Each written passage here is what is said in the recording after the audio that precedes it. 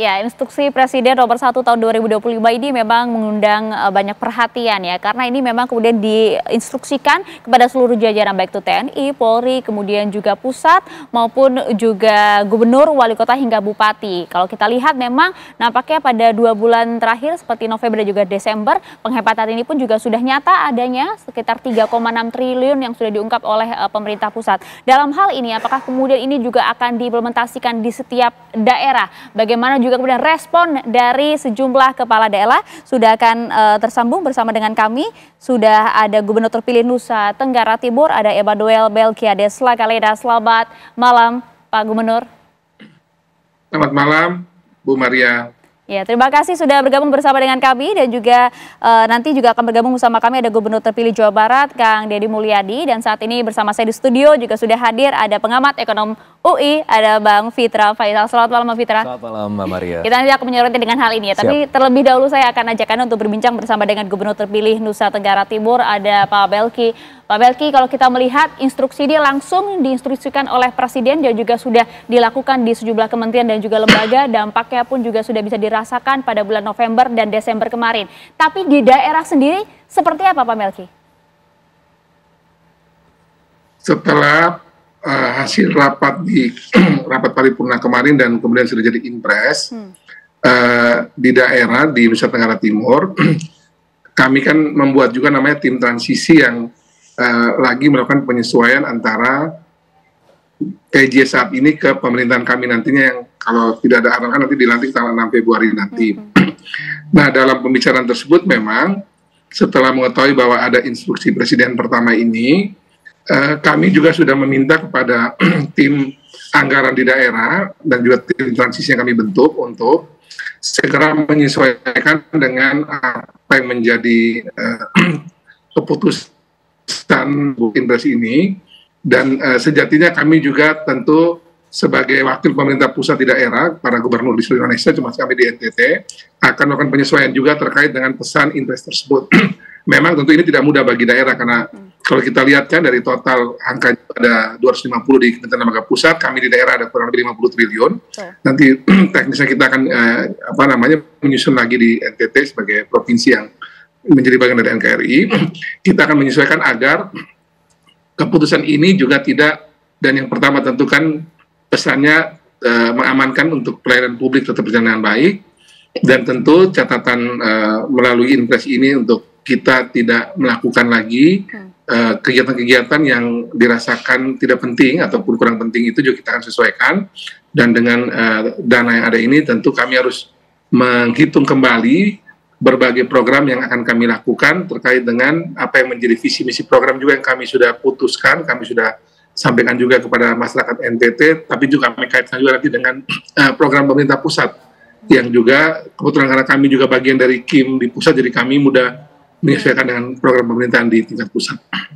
Ya, Pak Gubernur, tapi kalau misalnya itu kan terkait dengan transfer dana ke daerah ya, memang kemudian harus ada hitung-hitungan tersendiri ya. Tapi di sisi lain pula kalau kita lihat secara garis besar dalam penghematan pemerintahan pusat, ini kan tentu juga berdampak kurang baik, kurang menyenangkan bagi daerah. Terlebih lagi dalam sektor bisnis yang selama ini juga bergantung pada kerjasama dengan pemerintahan, seperti dengan perjalanan dinas yang lain-lain yang biasanya juga kemudian digarap di sejumlah daerah agar perputaran uangnya kan ada di sana gitu. Iya ya, tidak bisa dihindari karena yang dijadikan catatan beberapa poin tadi itu juga bersentuhan tentu dengan aktivitas bisnis yang juga selama ini mungkin bergerak di bidang tersebut.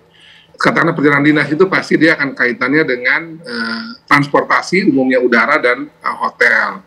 Kalau kita bicara soal kajian seminar tentu berkaitan dengan misalnya penggunaan hotel dan juga mungkin ATK dan sebagainya juga pasti akan mengalami penyesuaian. Juga tentunya beberapa lagi yang lain yang disebutkan secara eksplisit dalam diktum Impres ini. Tapi sekaligus ini mumpung terjadi di awal periode setiap kepala daerah yang nanti akan dilantik, gelombang pertama 6 Februari nanti dan berikutnya nanti tinggal keputusan pusat untuk yang gelombang berikutnya lagi di MK. Tentu ini bisa menjadi dasar juga karena ini ada di awal periode pemerintahan. Ini juga baik juga menjadi pesan bagi gubernur, wakil gubernur terpilih, bupati, wali kota dan wakil-wakilnya di seluruh Indonesia yang terpilih agar penyusunan anggaran ke depan itu tentu harus merujuk pada apa yang menjadi impres ini. Jadi tentu kami juga melihat hal positifnya adalah seluruh perangkat daerah kami dan juga saya kira teman-teman yang lain di seluruh Indonesia, kami harus bisa memastikan bahwa belanja untuk kepentingan publik ini harus sesuai dengan nomenklatur yang disampaikan adalah kurang lebih 70% ya. Belanja pegawai 30%. Nah, pelan-pelan harus kami sesuaikan juga, dan ini juga tentu akan menjadi menjadi pemicu untuk semua kepala daerah. Kami harus mampu juga membuka ruang-ruang di luar APBN dan APBD yang selama ini kita pakai sebagai instrumen pembangunan, juga untuk mencari dari sektor swasta dan juga tentu dari sumber-sumberan ataupun juga potensi lain juga yang memang itu bisa dikembangkan di daerah masing-masing. Kebetulan juga kami di NTT sejak awal kami di masa kampanye kemarin kami juga sudah menyampaikan pada masyarakat NTT bahwa di luar APBN dan APBD kita mesti juga melibatkan kekuatan masyarakat NTT sendiri dan juga tentu masyarakat dari luar NTT yang juga ingin berinvestasi di NTT untuk kita bisa kembangkan sektor ekonomi di NTT dengan baik, gitu Mbak. Ya, harus membuka keran-keran baru untuk membuka sektor ekonomi baru di sana di daerah ya. Tapi bagaimana kemudian Bang Fitra melihat impres ini sendiri? Ya Mbak Maria, saya rasa ini sudah menjadi semacam tren ya di dunia, terutama negara-negara besar yang melihat bahwa tahun 2025 itu adalah tahunnya gejolak. Kita melihat bagaimana di Argentina Javier Milei sudah memangkas anggaran-anggaran yang tidak penting gitu ya, sehingga kemudian bisa memacu surplus bahkan dari APBN-nya. Kemudian bagaimana Trump beberapa waktu terakhir juga melalui Department of Government Efficiency juga memiliki kecenderungan untuk memangkas anggaran-anggaran yang tidak penting. Dan sepertinya Pak Prabowo juga melihat bahwa banyak anggaran-anggaran kita yang bisa lebih diprioritaskan untuk hal-hal yang memiliki dampak pengganda ekonomi yang lebih signifikan. Nah, sebenarnya kalau kita bicara mengenai potensi pelebaran defisit tahun ini ya, sebelum kita bicara mengenai impres tadi, itu sudah saya sampaikan semenjak tahun lalu, akhir tahun 2024, bahwa ada potensi peningkatan defisit dari yang sebelumnya 621 triliun ya, dari nota keuangan proyeksinya untuk tahun 2025, itu bisa sampai 800 sampai 850 triliun. 200 triliun ini dari mana? Nah, itu pertama berasal dari shortfall revenue yang kemudian tidak sampai gitu ya proyeksinya. Jadi kalau kita melihat potensi revenue di tahun ini itu 2.996 triliun, 2.490 triliun ya arti 80% lebih itu berasal dari pajak. Nah, PPN itu 945 triliun. Dari PPN sendiri ada potensi anjlok 900 triliun ya, dari seharusnya 945 triliun itu mungkin maksimal 900 triliun. Artinya hampir 50 triliun. Dari PPH migas terutama itu juga punya potensi anjlok juga another 50 triliun. Jadi 100 triliun itu dari revenue. Sementara juga ada potensi kenaikan belanja 130 triliun. Nah ini yang kemarin juga Pak Zulhas ya, ini saya sudah sampaikan tahun lalu, tapi Pak Zulhas kemarin tanggal 11 Januari kalau tidak salah juga menyampaikan bahwa dari makan bergizi gratis butuh tambahan 120 triliun. Artinya dari trajektori ini kita melihat bahwa potensi pelebaran anggaran di tahun ini bisa sampai 2,9% dari GDP, dari sebelumnya 2,5%. Artinya ini kan semakin mendekati batas defisit maksimum dari Undang-Undang 17 jadi mau nggak mau 2003. memang penghematan ini harus dilakukan. Begitu? Makanya Pak Prabowo kemarin sudah menyampaikan juga bahwa ini mungkin satu-satunya atau bahkan presiden pertama sepanjang sejarah yang sudah mencek sampai satuan ke-9 bersama dengan Ibu Sri Mulyani. Dan kemarin keluar angka 306 triliun ya dari impres tadi, bahwa dari proyeksi tadi yang saya sampaikan 250 triliun ada potensi pelebaran defisit, itu kemudian ditutup dengan ada potensi penghematan anggaran 306 triliun.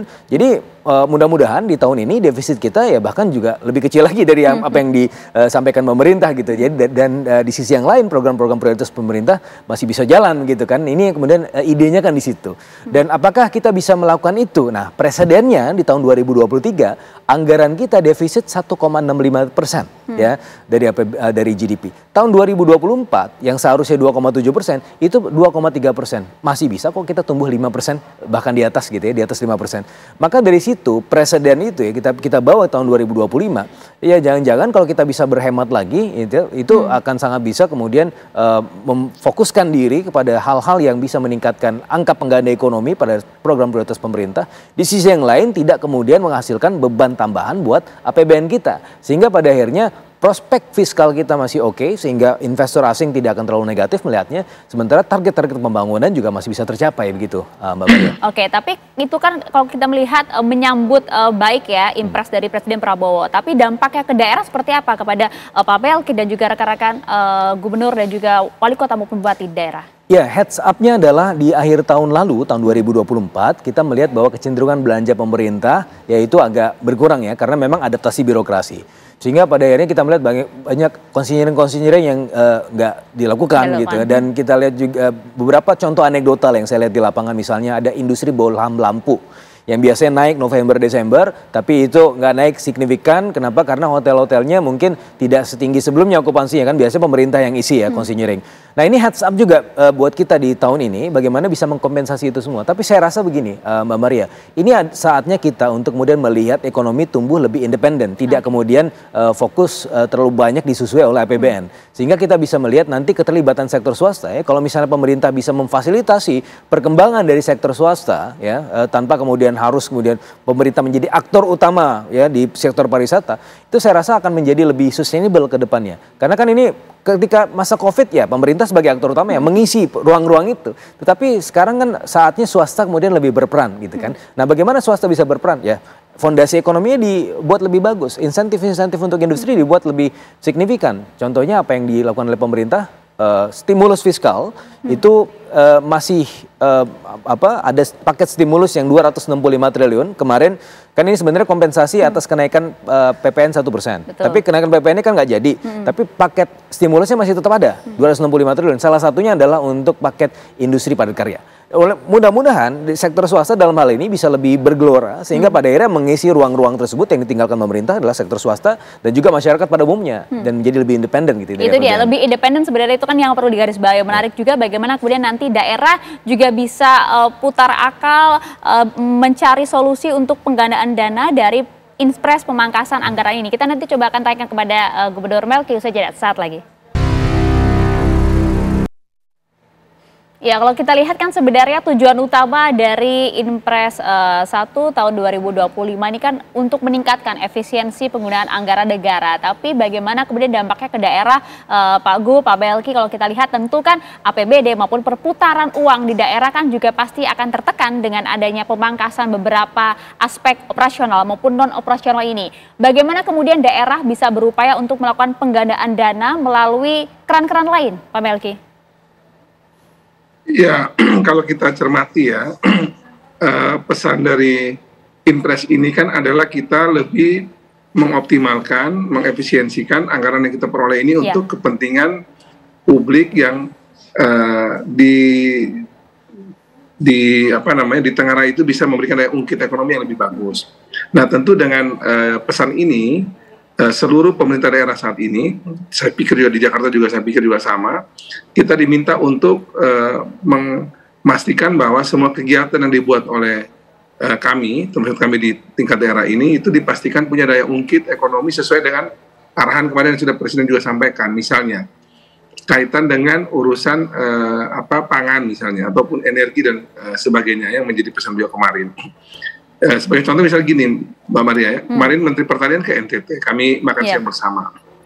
Dia sampaikan, Pak Melki, memang ini ada penyelesaian anggaran yang dilakukan oleh pemerintah pusat ya, oleh Pak Prabowo dengan pola yang tadi sudah disampaikan. Tapi yang bagus dari hal ini adalah kita diajak untuk memastikan agar seluruh penggunaan anggaran yang dilakukan dalam berbagai jenis program yang kita lakukan tersebut itu benar-benar itu menyentuh kepentingan masyarakat luas dan itu punya daya ungkit ekonomi.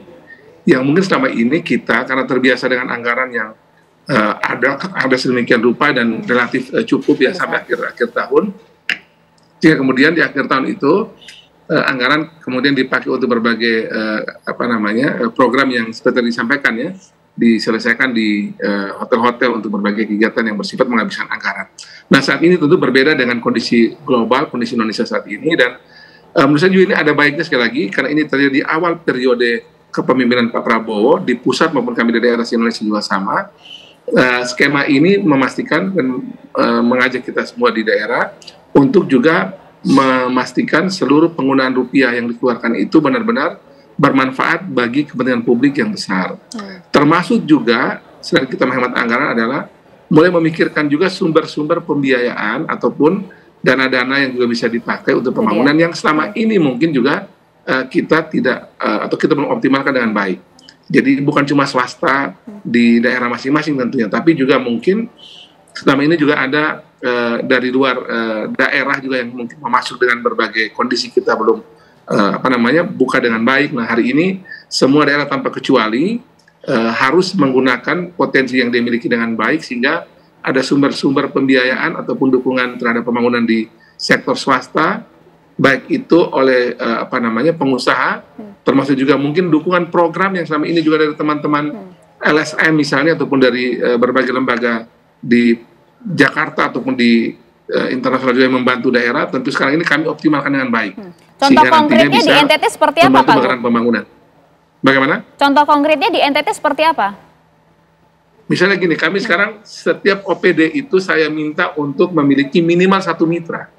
Jadi kalau selama ini tuh kami di NTT itu misalnya OPD-nya atau organisasi yang dinas-dinas ini mereka cuma menjalankan tugasnya secara sendiri misalnya. Hari ini saya sudah minta agar seluruh dinas itu memiliki minimal 1 mitra di luar pemerintah. Jadi dia bisa mencari swasta, bisa mencari perorangan, lembaga misalnya, dan juga bahkan dari internasional, intinya membantu dinas tersebut untuk bisa memutar kegiatan dengan baik.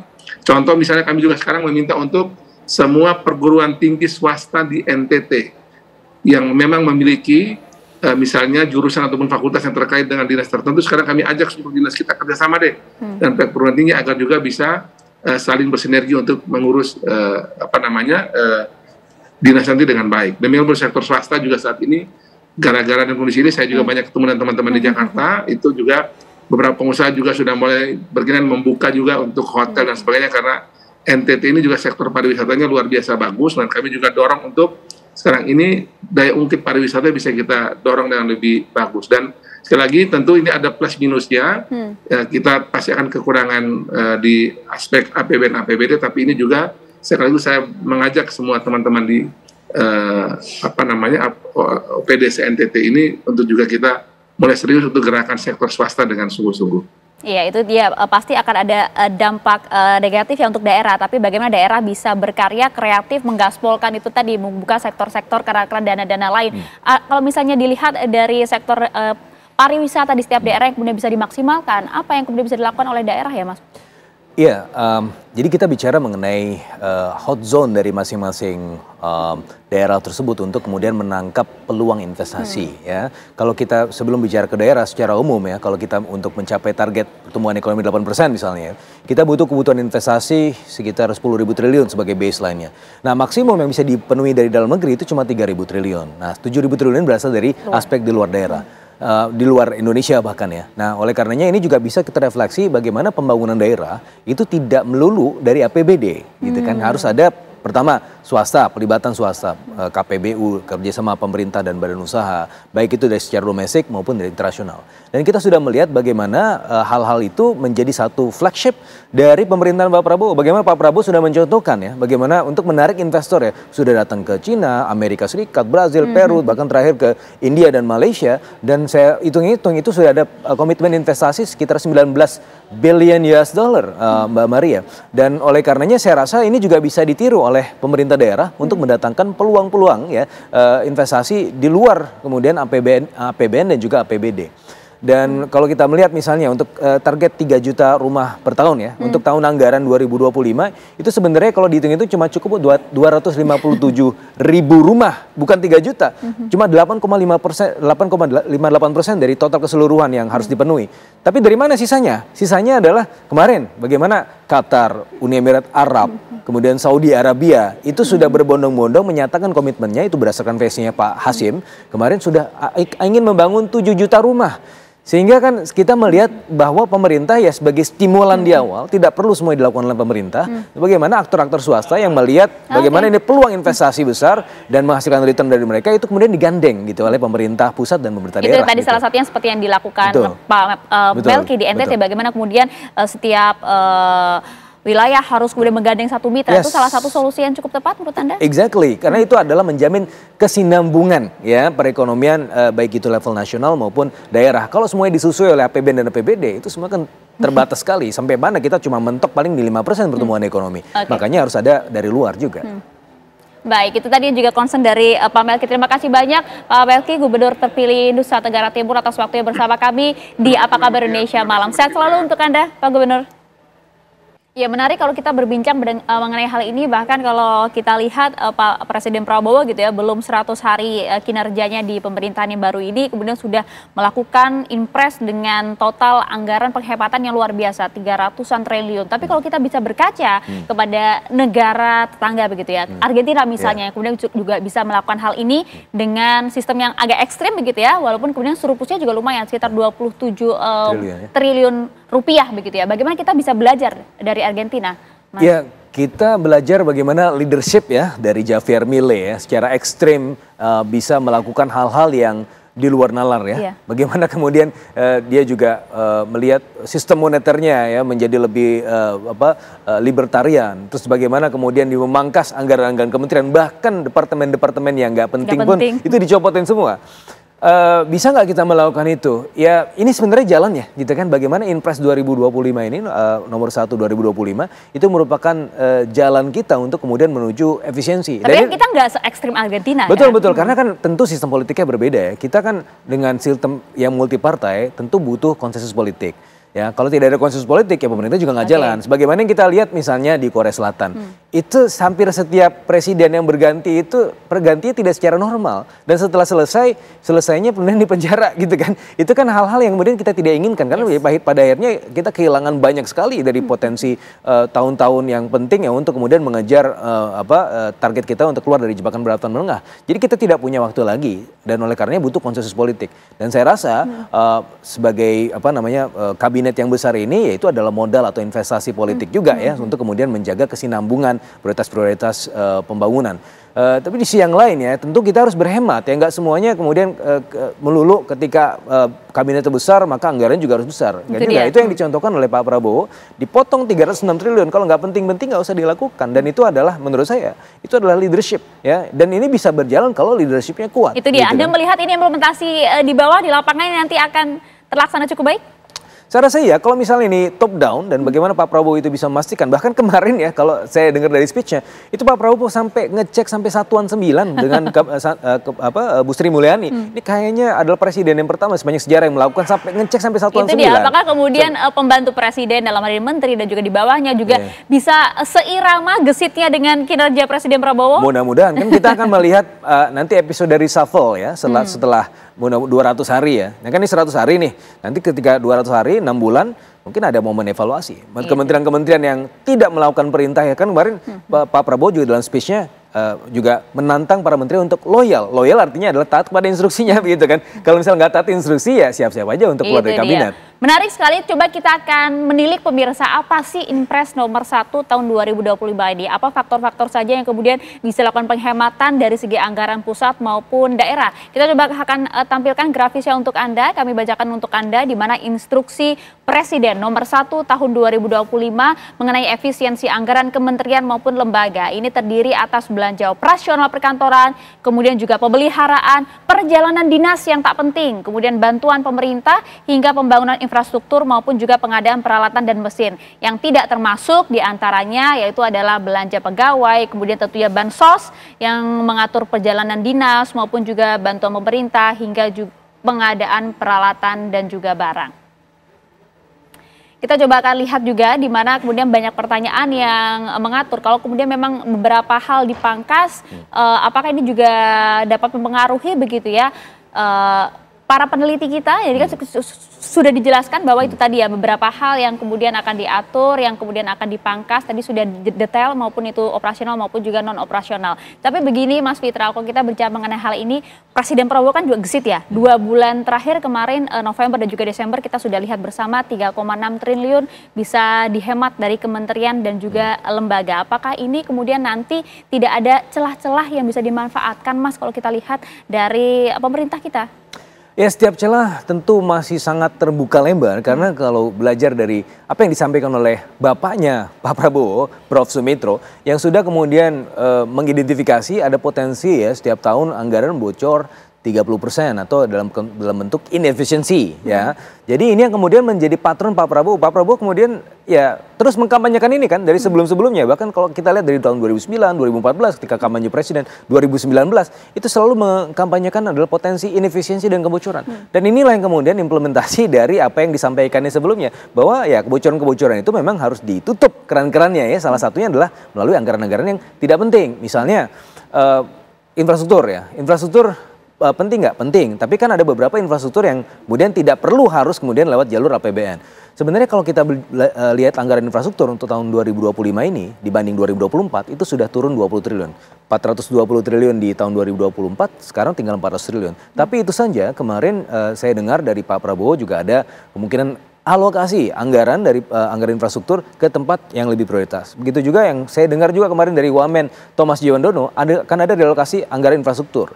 Nah ini juga kemudian tercermin dari Inpres 1 2025 ini. Selain tadi anggaran-anggaran kedinasan, ATK kalau misalnya kemarin masih ada belum habis, ngapain lagi diadakan lagi gitu kan? Itu kan potensi-potensi korupsi di situ juga yang gitu menarik kan. perhatian cukup besar ya. Sekitar 20 triliun. Tapi sebenarnya yang paling penting lagi adalah anggaran infrastruktur itu mungkin bisa dihemat sekitar 150 triliun Mbak Maria ya. Tanpa harus kemudian kita mengorbankan APBN, kita bisa melibatkan sektor swasta untuk membangun itu gitu kan. Sementara anggaran itu bisa dialokasikan misalnya untuk makan bergizi gratis, untuk revitalisasi sekolah, untuk kemudian debt write-off, untuk UMKM itu utangnya kemudian dihilangkan, dan juga ada fasilitasi-fasilitasi lain yang menurut saya lebih bermanfaat dan layak untuk pembangunan ekonomi ketimbang hal-hal tadi yang mungkin kurang prioritas. Iya, gitu. dengan inefisiensi yang cukup besar begitu yang sudah digaungkan terus oleh Presiden Prabowo hingga mencapai 30% begitu ya Mas. Ini kan selalu diingatkan kepada pemerintah kita. Bagaimana kemudian pemerintah baik itu di pusat maupun juga daerah gitu ya sadar betul bahwa inefisiensi yang cukup besar ini kemudian kita coba pangkas dengan benar. Hal yang tidak penting tidak usah kemudian digarap, dipangkas betul, karena agar sekali lagi ini kemudian bisa menimbulkan multiplier effect gitu kan kepada publik. Betul kan, karena kalau kita balik lagi ke esensi anggaran atau Undang-Undang 17 tahun 2003, money follow function. Tapi pada kenyataannya banyak juga kementerian-kementerian yang kemudian membuat anggaran tahun ini adalah berdasarkan apa yang didapat tahun lalu. Tahun lalu misalnya 200 triliun, berarti sekarang harus 210 triliun. Itu dia, karena biar nanti bisa nambah nih anggarannya. Betul, harusnya semuanya di setiap tahun mulai dari nol. Gitu kan, bukan lagi dari kemarin 200 triliun berarti tambah 10%, tambah 20%, sekarang 250 triliun. Nggak begitu cara melihatnya. Kita harus melihat bagaimana sekarang di set lagi nol keperluan kita tahun ini apa, sehingga kemudian betul-betul money follow function, sehingga anggaran bisa menjadi lebih efisien gitu Mbak Maria. Nah itu dia yang menarik kan, karena kalau kita lihat sistem kementerian kita kan seperti itu ya, harus kemudian anggaran yang ada tahun ini harus dihabiskan agar tahun depan kemudian kita bisa memasukkan penambahan anggaran. Betul, ya. Kali ini dalam pemerintahan Prabowo Gibran tidak bisa seperti itu ya? Harusnya tidak bisa seperti itu, karena kan kita melihat bagaimana pemerintah selama setiap akhir tahun tergopoh-gopoh untuk menghabiskan anggaran. Karena yang paling dipentingkan di sini adalah yang penting anggaran habis. Tapi kita tidak melihat dampak ekonomi seperti apa. Nah ini kemudian menjadi esensi dari Inpres 1 2025 itu. Kalau misalnya nggak penting, ya nggak usah dilakukan gitu kan. Jadi nggak perlu harus anggaran dihabiskan gitu kan. Dan itu menjadi salah satu KPI dari pemerintah, itu salah besar gitu kan menurut saya. Dan ini kemudian sangat mungkin untuk dilakukan kali ini? Menurut saya sangat mungkin, karena belajar dari yang tadi saya mention di awal, bagaimana tahun 2023 kita defisitnya cuma 1,65% kok, tapi pertumbuhan ekonomi kita di atas 5%. Tahun 2024 defisit kita yang seharusnya tadinya 600 triliun bisa kok cuma 500 triliun, itu juga forecastnya juga di atas 5%. Jadi saya rasa dengan presiden-presiden itu sangat bisa kita kemudian mengurangi anggaran, tapi pertumbuhan ekonomi kita masih bisa di atas 5%. Dan tentunya di atas 5%? Masih bisa. Karena kan kemarin untuk tahun 2024 ya 5,02%, ya masih di atas 5% kan. Di tahun 2023 juga masih di atas 5%. Tapi kan kita tahu betul para ekonom juga kemudian mengingatkan bahwa memang ini bukanlah tahun yang mudah gitu kan. Betul. Memang bukan tahun yang mudah, terutama dari sisi eksternal ya. Bagaimana Bank Dunia juga sudah melihat bahwa tahun 2025 ini direvisi dari sebelumnya 3% menjadi 2,7%. Tantangan terberatnya adalah ketidakjelasan dari misalnya ya lokus utama kita sekarang adalah Amerika Serikat. Bagaimana kebijakan-kebijakan ini bisa kemudian mendisrupsi arus perdagangan dan investasi dunia. Makanya Bank Dunia juga sudah kemudian merevisi target jadi dari 3% menjadi 2,7% untuk pertumbuhan ekonomi global. Tetapi untuk Indonesia masih 5,1% berdasarkan prediksi Bank Dunia. Sehingga kalau kita melihat dari trajektorinya 5,1% ini kan lebih tinggi dibanding tahun 2020 dari tahun 2024 gitu kan. Jadi trajektorinya ke atas bukan ke bawah. Bukan ke bawah. Menarik sekali. Kalau gitu kami ajak Anda pemirsa untuk berbincang bersama dengan Gubernur terpilih Jawa Barat. Ada Kang Deddy Mulyadi. Selamat malam. Assalamualaikum Pak Gub. Selamat malam. Waalaikumsalam. Sampurasun. Sampurasun, terima kasih sudah bergabung bersama kami di Apa Kabar Indonesia Malam di tengah kesibukannya, Kang Deddy. Kalau kita lihat nampaknya Jawa Barat ini membuat gebrakan ini, di mana dengan keluarkan Impres nomor 1 tahun 2025 langsung begitu meminta pemangkasan anggaran dengan jumlah yang juga cukup besar. Langsung gaspol nih nampaknya Jawa Barat. Iya, pertama sebelum Impres turun kita sudah melakukan langkah-langkah orientasi perubahan struktur anggaran di Provinsi Jawa Barat dengan mengutamakan kebutuhan dasar masyarakat. Kebutuhan dasarnya itu satu, masyarakat memerlukan jaringan transportasi darat laut yang memadai, yang itu harus bisa dinikmati secara merata di seluruh wilayah tanpa ada terjadinya disparitas antar perkotaan dan pedesaan. Yang kedua, Jawa Barat harus dipastikan seluruh masyarakatnya mendapat akses pendidikan yang mudah dan gratis sampai tingkat SMA atau SMK. Kemudian yang ketiga, Jawa Barat harus dipastikan seluruh rakyatnya mendapat aliran listrik 100%. Yang keempat, Jawa Barat harus dipastikan seluruh masyarakatnya mendapat layanan akses kesehatan yang memadai dari mulai tingkat puskesmas sampai pada tingkat rumah sakit rujukan. Seluruh aspek yang menjadi kebutuhan dasar publik itu hanya bisa diwujudkan dengan pemerintahan yang mampu bisa membaca alokasi anggaran mana yang diperlukan. Sehingga begitu saya terpilih, kemudian mendekati pelantikan, itu mungkin 1 bulan mendekati pelantikan, saya mencoba untuk bertemu dengan PJ Gubernur, dan PJ Gubernur Pak Bey sangat baik sekali. Dia menyiapkan tim transisi, dan saya sendiri tidak membuat tim transisi, tapi tim transisi justru disiapkan oleh pemerintah Provinsi Jawa Barat. Saya hanya datang untuk menyampaikan pokok pikiran dan gagasan dan minta alokasi. Maka ditemukanlah sejumlah alokasi anggaran yang tidak tepat dan terkesan pemborosan dari waktu ke waktu dengan jumlah yang cukup fantastis. Contohnya Kang Deddy? Maka sampai hari ini kami sudah bisa. Kenapa? Contoh konkretnya pos-pos mana yang akan dipangkas? Misalnya di Dinas Pendidikan, yang dibutuhkan kan RKB-nya dengan kelengkapan bangkunya, dengan kelengkapan gurunya, hanya ada angka 60 miliar seprovinsi Jawa Barat. Sedangkan anggaran TIK untuk sekolah-sekolah 750 miliar. Itu contoh loh, dari pos itu aja saya sudah dapat 750 miliar. Yang kedua misalnya, di Jawa Barat ini masih banyak jalan-jalan yang rusak, masih banyak rakyat yang tidak mendapat akses jalan. Tapi angka hibah Provinsi Jawa Barat dan hibah-hibah ini menurut saya dianggap tidak penting dan tidak menunjang terhadap pertumbuhan ekonomi, pertumbuhan kesejahteraan, dan cenderung hanya dinikmati oleh beberapa orang. Itu mencapai 500 miliar dan sebelumnya pernah mencapai angka 3,5 triliun. Nah kemudian kan ada dana bagi hasil pajak kendaraan bermotor. Pajak kendaraan bermotor itu kan merupakan pajak yang dibayarkan oleh para pengguna kendaraan bermotor, baik roda 2 maupun roda 4, agar dia mendapat layanan transportasi darat yang memadai. Dan saya instruksikan, dan nanti saya keluarkan dalam bentuk pergub, agar dana bagi hasil kendaraan bermotor antara pemerintah provinsi dengan kabupaten kota itu 100% digunakan untuk kepentingan transportasi darat dan transportasi air kalau memang itu daerahnya daerah yang memerlukan transportasi air. Sehingga di tahun ini saya sudah mengidentifikasi jembatan-jembatan gantung mana yang perlu kita bangun agar masyarakat Jawa Barat tidak ada lagi anak sekolah pergi ke sekolah lewat sungai, bergelantungan pada sebuah jaringan kabel yang mengancam keselamatan jiwanya. Saya tidak mau lagi ada masyarakat Jawa Barat yang pergi ke rumah sakit atau puskesmas ditandu sehingga meninggal di tengah jalan. Nah ini yang kami persiapkan, termasuk kami akan segera membangun landasan-landasan pesawat di bibir-bibir daerah-daerah pesisir pantai, dan itu terintegrasi dengan jalan sepanjang 2 km untuk mempermudah akses kontrol terhadap laut dan kemudian juga akses terhadap peristiwa terjadinya bencana, sehingga mobilisasi logistik akan bisa cepat dilakukan. Kemudian menghadapi sampah, maka kita mencoba untuk segera membangun pembangkit listrik tenaga sampah, dan salah satunya adalah di Bantar Gebang, Bekasi, dan kemudian yang sudah lelang berjalan katanya di Legok Nangka. Dan ke depan itu semuanya akan kami integrasikan dengan baik, sehingga kami membuat target di 2026 seluruh rakyat Jawa Barat sudah terintegrasi seluruh layanan publiknya, baik layanan transportasi darat, layanan telekomunikasi, layanan pendidikan, layanan kesehatan, semuanya sudah terakses dengan baik, dan itu adalah bagian dari sumbangsih kami terhadap Indonesia Maju.